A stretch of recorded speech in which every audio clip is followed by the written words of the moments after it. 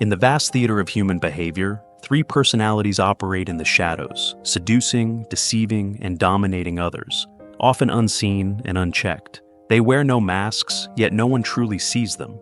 They operate beneath the surface of polite society, beneath the rules, beneath the pretense of morality. These are not pathologies in the clinical sense. They are strategies, sharpened like weapons. This is the realm of the Dark Triad: Narcissism, Machiavellianism, and Psychopathy.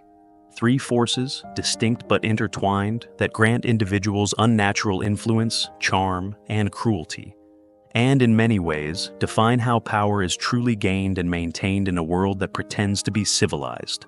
Let us begin with narcissism, not the casual vanity people speak of, but the psychological architecture of self-worship. The narcissist's reality is sculpted around a central delusion: I am special. To them, admiration is oxygen. They do not seek connection, they seek reflection, they seek mirrors that echo their greatness. Criticism is war. Empathy is a tool. The narcissist is not simply arrogant, they are addicted to being seen. Their lives revolve around validation, and when denied, they collapse into rage or manipulation. Their charm is magnetic.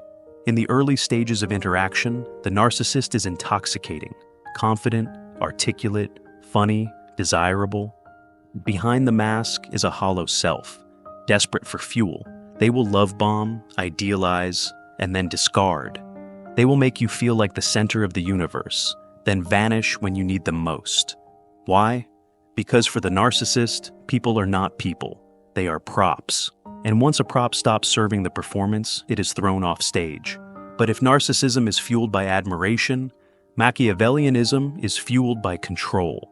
Named after Niccolò Machiavelli, the cold strategist of Renaissance politics, this personality type views life as a game, a series of moves, pawns, and outcomes. Morality is not absent, it's irrelevant. What matters is strategy.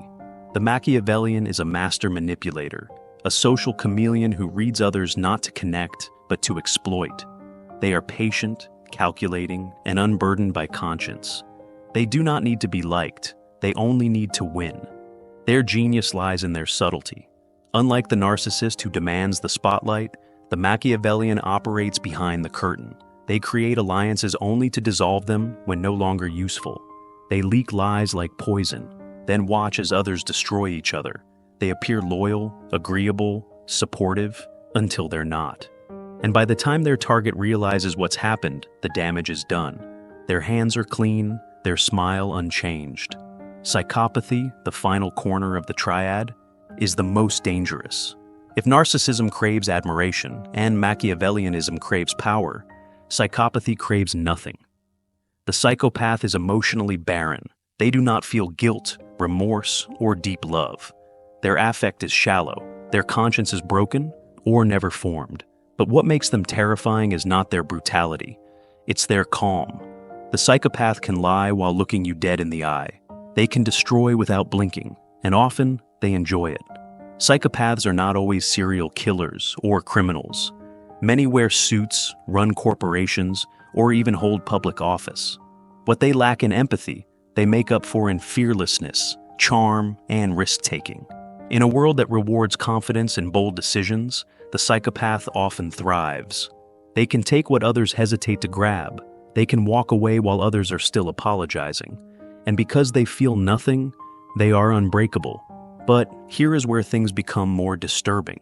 These traits, which seem monstrous in isolation, are often rewarded in modern society. The narcissist becomes a celebrity. The Machiavellian becomes a CEO. The psychopath becomes a politician. Why?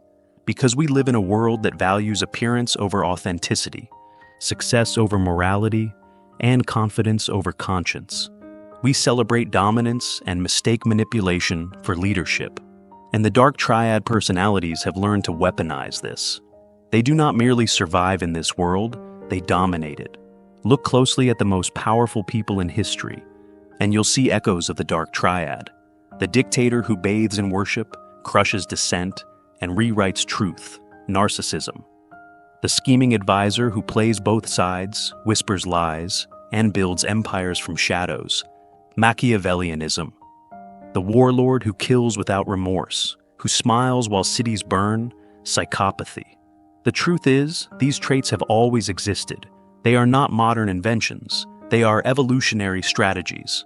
In a tribal world, where survival meant outwitting enemies and asserting dominance, these traits had utility. The Dark Triad is not a flaw in human nature. It is a part of it.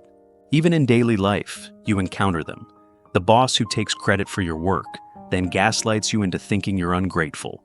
The partner who love bombs, then vanishes when you're no longer useful.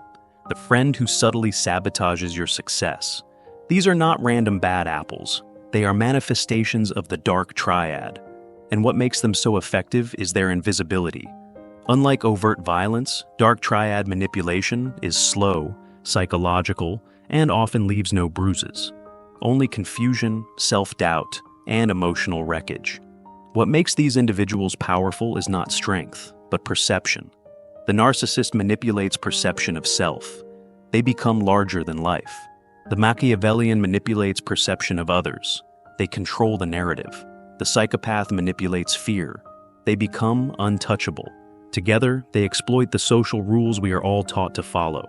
While others hesitate, apologize, and empathize, they move swiftly, decisively, and ruthlessly. And in a competitive, fast-paced world, that often means they win. But at what cost? Beneath their power is a vacuum. The narcissist's self-worth is paper-thin. Their entire identity collapses without external validation. The Machiavellian lives in paranoia. Trust is impossible when everyone is a potential pawn. The psychopath, for all their fearlessness, is emotionally dead, incapable of true connection, haunted not by guilt, but by boredom.